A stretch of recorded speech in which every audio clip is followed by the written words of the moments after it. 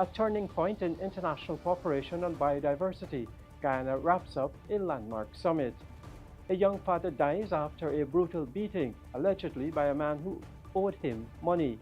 And in sport, T10 Tapeball Blast invades Essequibo for the first time this weekend, and tournament director hailed success of second ExxonMobil Guyana Global Super League.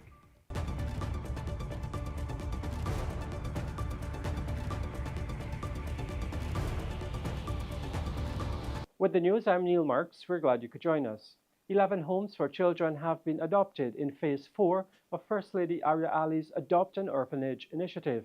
Over the next 12 months, these homes will receive sponsorship from private companies to primarily cover their utilities and other monthly expenses. Since its inception in 2021, the initiative has seen almost $100 million Guyana dollars invested in the development of these and other homes. Today, we're here to launch the fourth phase of this program, which we will run for another year. So over the next 12 months, 11 orphanages will be sponsored by private companies represented here today. This sponsorship will primarily cover their utilities and some other monthly expenses. Yesterday, while finalizing preparations for today's launch, I decided to crunch some numbers just to get an idea of the level of investment we've made since 2021. I'm proud to share with you today that from 2021, when this program was launched, its fourth installment, with the support of the private sector, we have invested close to $100 million in these homes. That is an average of $25 million a year being invested in the lives of our children who live in these homes. Here with us today are 11 orphanages which will receive sponsorship over the next 12 months. They are a Sanctuary Children's Home, Bless the Children Home, Hararuni Girls Home, Hope Children's Home, Joshua House Children's Center, Prabhu Sharan Orphanage, Red Cross Children's Convalescence Home, Rumville Children's Home, Shahid's Boys Orphanage, Shahid's Girls Orphanage, and St. Bosco Orphanage. These are the kinds of initiatives that we want to see amplify, accelerate in terms of its impact, and the kind of initiatives that will take root in every region of our country. That's a little challenge to you. However, we only have 17 homes in our country, 4 of which belong to the state. And they're homes that are, in terms of the privately owned homes, they're homes that require a significant degree of assistance. The Adopt an Orphanage initiative, launched under the compassionate leadership of the First Lady, has not only brought awareness to the needs of vulnerable children, but it has also translated into real, tangible support, the kind that transforms life at Shahid's Boys and Girls Orphanages. We have been blessed to experience the benefits of this initiative firsthand through the First Lady's intervention and the generosity of our sponsors who answer the call. We have been able to meet critical needs in a timely manner. Basic necessities that are often taken for granted, electricity, water, proper sanitization, have been consistently available at our homes. Utilities, once a source of constant worry, are now reliably covered. Beyond the material support, the initiative has also brought something equally important: dignity and hope. The boys and girls now understand that they are heard, seen, valued, and supported by people who cared about their future. The inaugural Global Biodiversity Alliance Summit has wrapped up with the official launch of the Alliance, the endorsement of the Georgetown Declaration, and an ambitious roadmap to protect and conserve biodiversity, halt biodiversity loss, and accelerate nature-positive action. Convened by Guyana on the summit brought together over 140 countries and organizations spanning governments, indigenous leaders, scientists, financial institutions, NGOs, youth, and private sector actors from all global regions. The summit marked a turning point in the international cooperation on biodiversity. The launch of the Global Biodiversity Alliance established a voluntary, inclusive platform to promote shared implementation, scalable financing, and knowledge exchange to protect and restore ecosystems. Coming out of the summit, Guyana has announced the launch of the National Biodiversity Management Monitoring Strategy. Guyana will implement a fully standardized border-to-border biodiversity monitoring to support the effective valuation of Guyana's greatest asset. This groundbreaking effort, catalyzed by our convening this week, all of us convening this week at the inaugural Global Biodiversity Alliance Summit, will set a new global benchmark for national-scale biodiversity accountability. Building on the foundations of Guyana's successful leadership in carbon finance, the country is moving into the era of biodiversity finance, rooted in transparency, science, and sovereignty. At the heart of this initiative is the National Biodiversity Information System, for which the MOU was signed just yesterday, a robust digital infrastructure that will unify biodiversity data collection, analysis, and decision-making across Guyana. This strategy will be developed and led by an interagency coalition of government, local and indigenous peoples, academic institutions, the NGOs, of course, not only locally, but internationally, building on decades of Guyanese-led conservation. This initiative will enable us to meet and exceed our 30 by 30 targets while embedding biodiversity stewardship in Guyana's development pathway. Working together with our partners in the Alliance, we hope this model, its tools, systems, and lessons will provide a foundation to co-develop and adapt for application in other national contexts. The work begins now. Let this stand as a bold signal of Guyana's unwavering commitment to nature, climate, and our shared future. We believe in science, and we know that we have very few years to do the right things that we need to do. And that is why this meeting here and this alliance has a very important role to play and will play at COP30. We are delighted that the Alliance has built upon the Biodiversity Convention, which is the kind of UN meeting that you only have governments working together and deciding. The Alliance has this extremely important contribution, which is to bring other actors, to bring other stakeholders that are absolutely essential for implementation. And since COP30, President Lula really wanted to be a COP of implementation, a COP of solutions. The We Invest in Nationhood political party launched its manifesto for the 2025 general and regional elections on Thursday, with plans for pay increases and increased social funding. The manifesto was launched at the WIN party head office in Providence on the east bank of the Demerara. Presidential candidate Azruddin Mohammed was joined by several candidates and was grilled on the overhanging issue, his sanctions from the United States Department of the Treasury, and what that means for Guyana should he become any part of the governance system, either in government or opposition. He insisted his party would form the government, and he also insisted the U.S. would work with him. Public assistance will increase from $22,000 to $50,000. Public assistance for individuals living with HIV and cancer will increase from $14,000 to $30,000. The old age pension will increase from $41,000 to $100,000.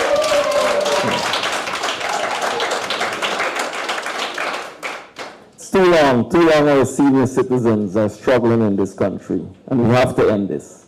And we will end this come the 2nd of September.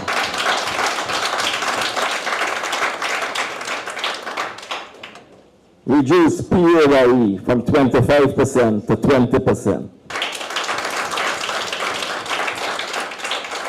More disposable income for our fellow brothers and sisters. Income tax threshold from 130,000 to 200,000 per month.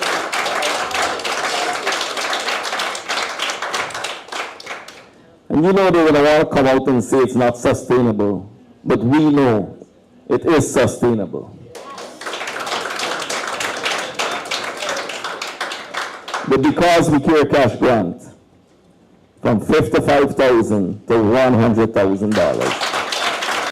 Presently, when we take office the 2nd of September, the United States of America will work with us.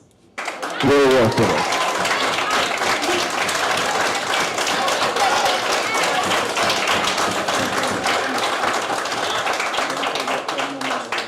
We saw recently what transpired between President Trump and the Syrian president.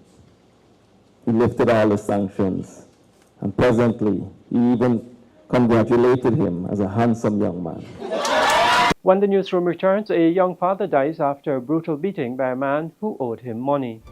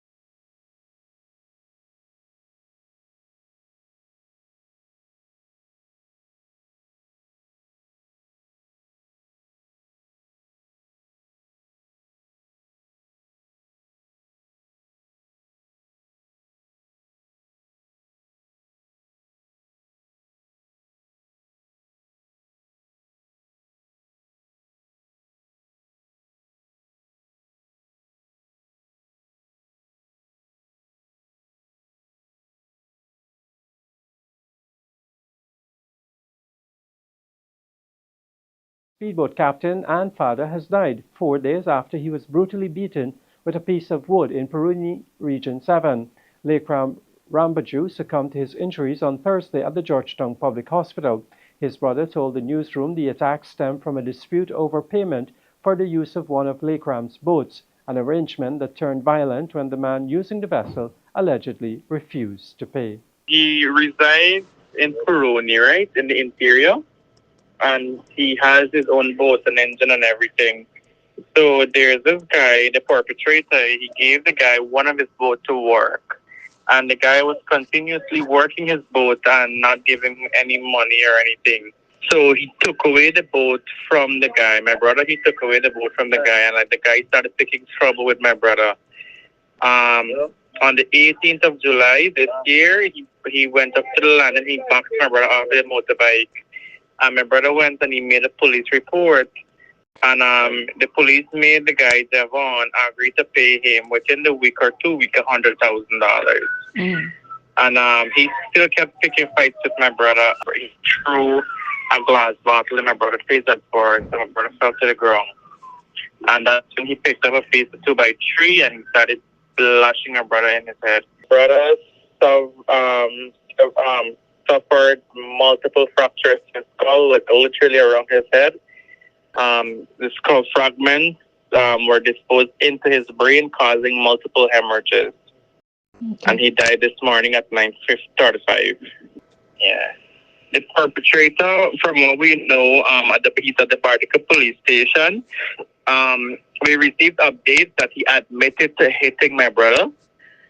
And the case is at DPP and they're investigating him. Our mom, Lekram's mom, died when him and I, because I'm his brother. Our mom died when I was 2 and he was 1, and we grew up with our grandma, and she hasn't stopped crying. Everybody, my dad is crying, everybody's just crying. Last month, he was here. He came home Father's Day. He was out here. He celebrated Father's Day with me and my dad. He bought a new motorbike and he took it in. Okay, my brother also has a daughter that's 2 years old. My brother was a hustler. From a very tender age, he started working hard. For his age, he's 20 years old. He has 3 motorbikes. He has 2 boats and engine. He's very passionate. A very hard worker. Health Minister Dr. Frank Anthony has said that 12,000 women benefited from the Ministry of Health's cervical cancer screening program last year. Dr. Anthony made the disclosure during the launch of the human papillomavirus 9 vaccine, a medication used to prevent the cancer. Emphasizing the need for the screening, the minister said that this is the second most common cancer affecting women in Guyana. The ministry aims to have at least 40% of the women population screened for cervical. When we first started this program, we had close to 12,000 women that took part in the program. And of those 12,000 women, approximately 2,000 or so tested positive. So we were able to then bring those women into care so that we can have the follow-up. You can get that voucher from any one of our health centers. And we have done this with a public-private partnership. The public part is that the government is paying for those vouchers, and we distribute them at all our different health facilities. The private part is basically that labs, hospitals in the private sector, people can choose to go to any one of these places, and you give your voucher and they'll be able to test you or to do the screening for you. This year, we have also set aside enough resources, and we wanted to test more women.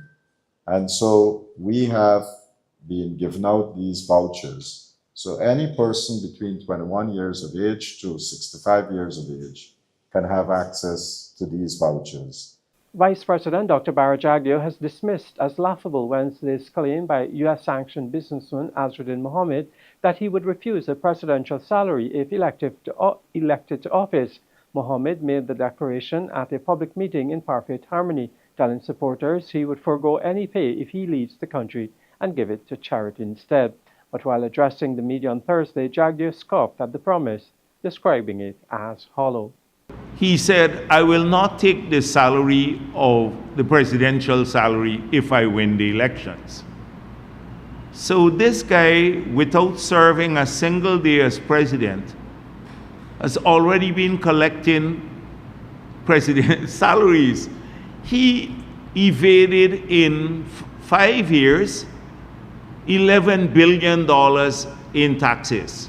So he hasn't even served a single day, and he's collected the salary equivalent to 275 years that a president would take to earn what he has collected already, stolen from the treasury. He doesn't need to collect presidential salary. He collected it already, the 11 billion taxes, only in 5 years that they were evaded from smuggling gold. 275 years it will take for a president to earn that. So it's nonsense, because you've already stolen billions and billions in taxes from the treasury. Even on the Lamborghini, he is evaded by submitted a fake invoice, the equivalent of 10 years of a presidential salary. So that's not a really great promise to make. More news after the break. Stay with us.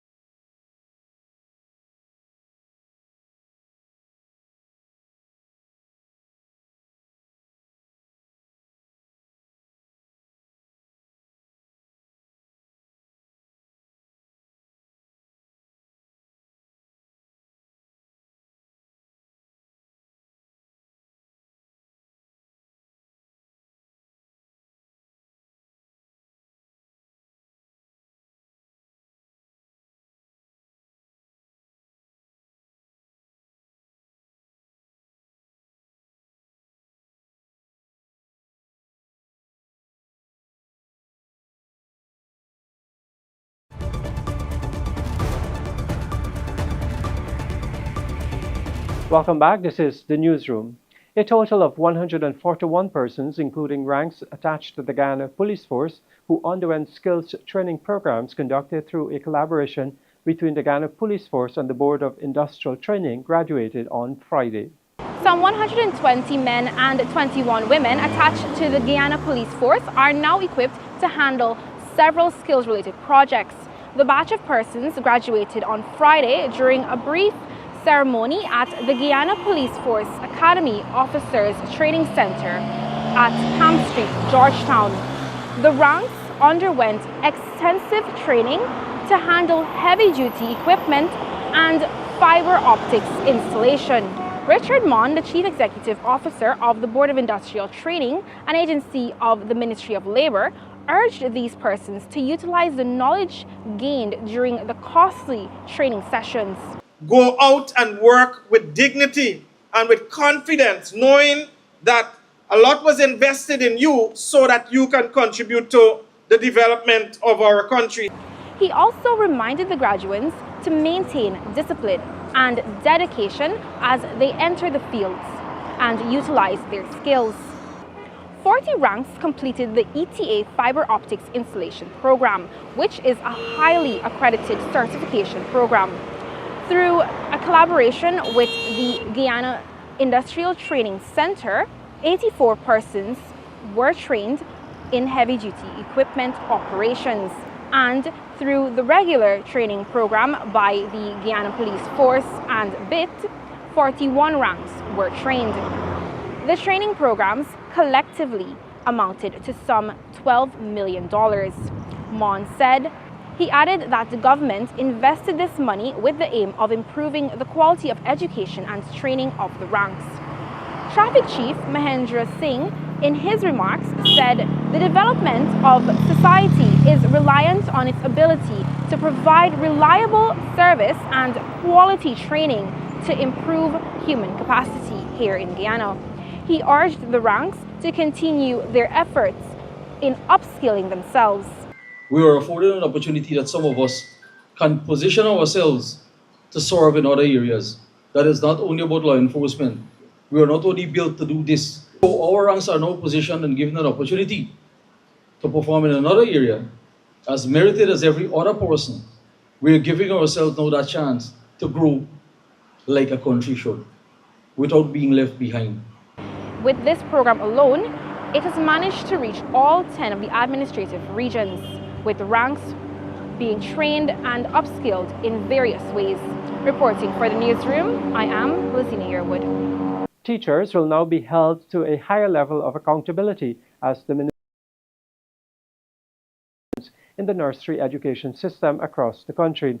This was revealed by Minister of Education Priya Manikchand during the recent commissioning of the Crane Nursery School on the west coast of Demerara. Minister Manikchand highlighted that over the next 5 years, the government will focus on ensuring every child is equipped with foundational skills from the nursery level.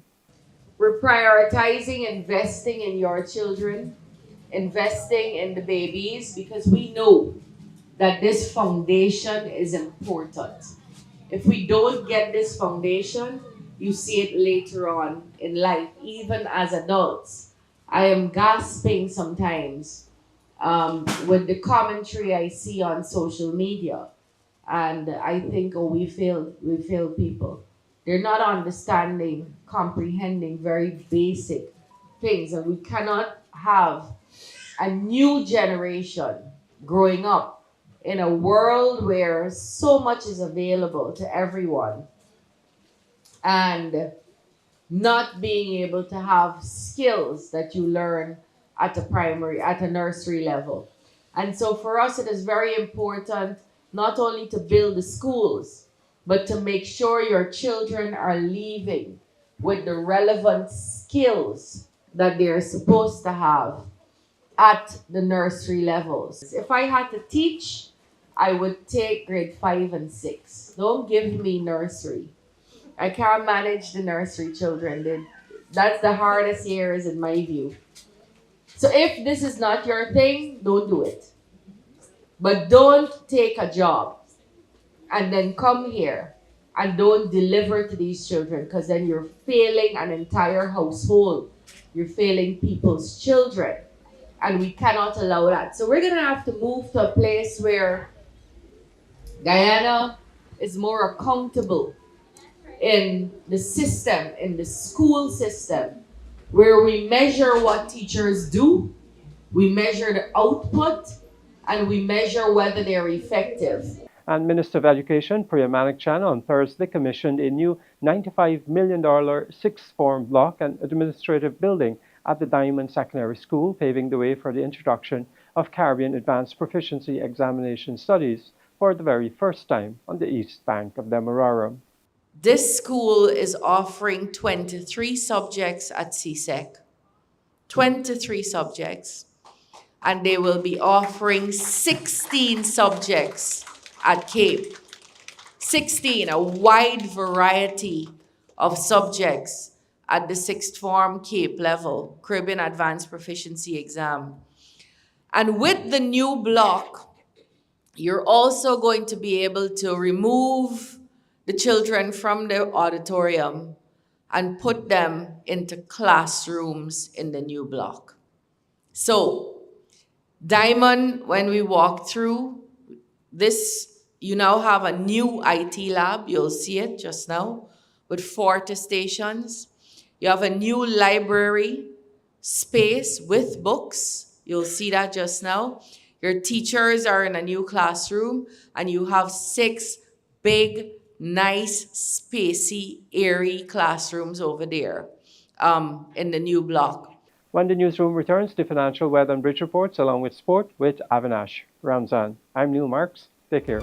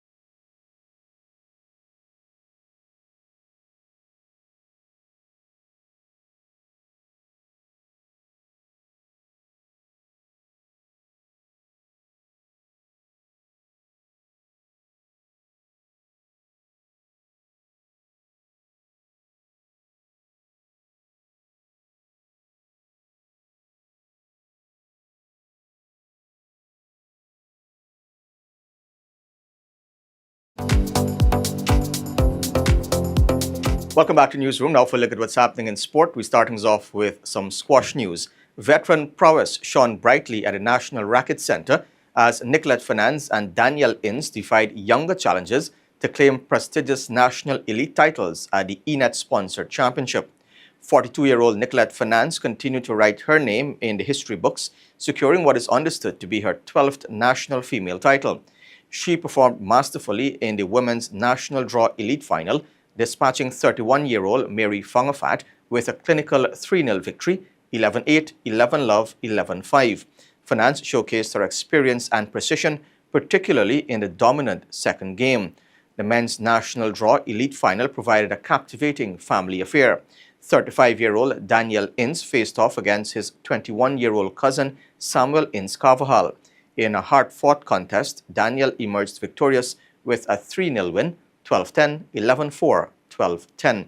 The Inns clan, including proud grandfather and prolific coach Carl Inns, were on hand to witness the exciting battle between the two English-born Guyanese players. Now, the organizers of the Cares One Guyana T10 Tapeball Blast have themed July 27th as Super Sunday, as 16 teams in Essequibo will battle for one spot in the national finals.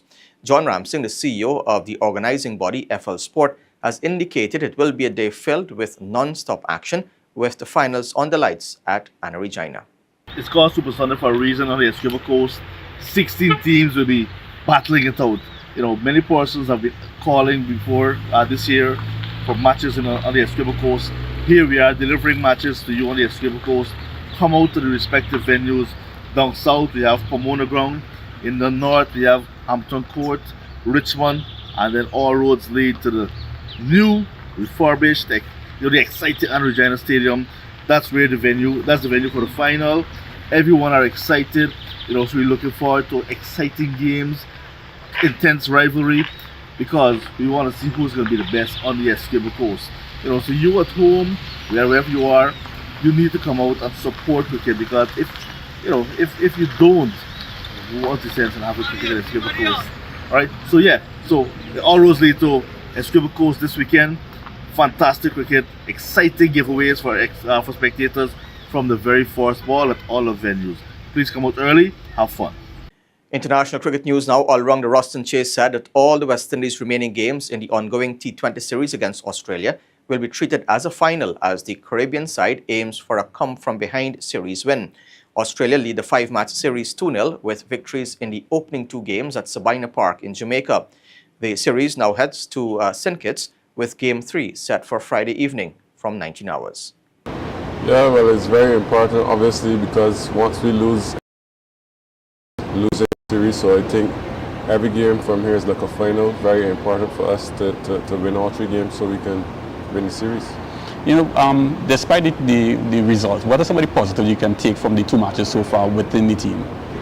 Yeah, well, I think one positive we can take from the last 2 matches is the start that we've been having batting-wise in the power play. I think that we've been really setting up the game very well in the early overs, especially the power play and coming out to the power play.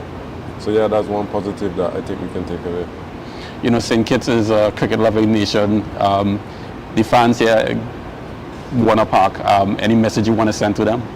Yeah, just encourage them to come out and support the guys. Obviously, we need the support being down in the series, and they said there's a giveaway as well. Once you buy 1 ticket, you get 1 free, so that should encourage the fans to come out, and I hope to see a big crowd.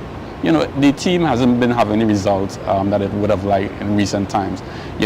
How important is it now for, the fans still to rally around the team, as we would say? Yeah, well, I mean, these things happen. You don't always execute the way you want to execute in the game, and sometimes you end up on the losing side, but it's still always good to know that you still have the support of the fans, and they don't just throw you to the wayside after a few losses. So having said that, I still want the fans to come out and support the guys. We need all the support we can get. Accomplishment for you, number 2 in the world rankings and all-rounders. How do you feel about that accomplishment?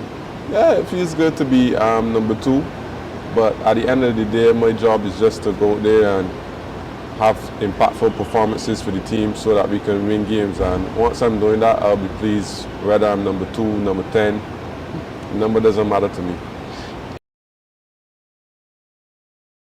Director Jamie Stewart has described the second annual ExxonMobil Guyana Global Super League as an amazing tournament, one that has grown significantly in a short space of time. The franchise-based tournament concluded on July 18th with the home team, Guyana Amazon Warriors, copying the title, defeating inaugural champions Rangpur Riders of Bangladesh in front of a capacity crowd at the National Stadium Providence. The league also featured reigning champions in their respective tournaments. Those are the Dubai Capitals of the United Arab Emirates, Central Stags of New Zealand, and Hobart Hurricanes of Australia. Speaking at the conclusion of the final, Stewart touched on the gains made in Season 2. Yeah, look, the cricket gods have been kind to us. It's been an amazing tournament. I think anyone who watched in Guyana or who was at the stadium or watching around the world, I mean, what an amazing day it was today. Sold out, incredible cricket, incredible energy.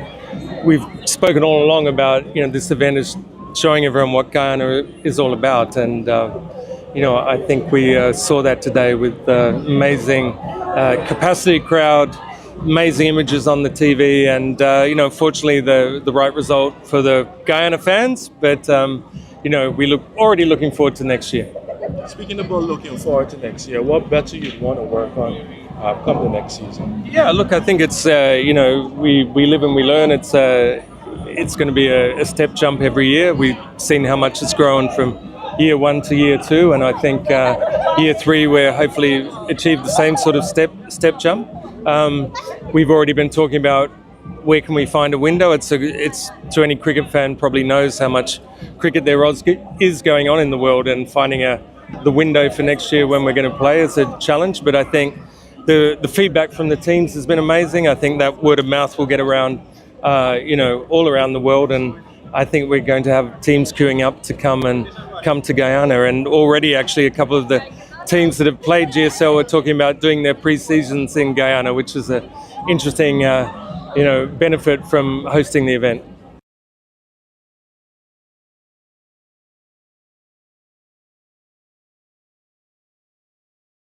Joe Root's masterful 150 took him up to second on the all-time test run scorers list and gave England complete control over India at the end of day 3 of the 4th test at Old Trafford. By reaching 31, Root overtook the Indian great Rahul Dravid and legendary South African all-rounder Jacques Kallis, and in continuing beyond 120, he went past the former Australian captain Ricky Ponting. His century was his 38th in test matches, and it ground down a poor and beleaguered India as England reached 544 for 7 at the close, leading by 186. After escaping a run-out chance on 22, Root's latest triumph was chanceless. He put on 144 with Oli Pope, and after Pope fell for 7-1 and Harry Brook for 3, both to Washington Sundar in quick succession, Root shared a stand of 142 with Ben Stokes. Their partnership was broken when Stokes retired hurt on 66 with cramp in the evening session, and Root was struggling with a similar issue when he was finally stumped off Ravindra Jadeja shortly after. Stokes returned to end the day 7-7 not out alongside Liam Dawson, who is unbeaten on 21. The hosts now have 2 days to complete the victory that would give them an unassailable 3-1 series lead. And with that, we have come to the end of the news for this evening. Of course, you can find updates on these and other stories on our website, newsroom.gy, and all social media platforms. On behalf of the entire news team, I am Avinash Ramzan. Thanks for watching. Do have a great weekend. See you back here on Monday.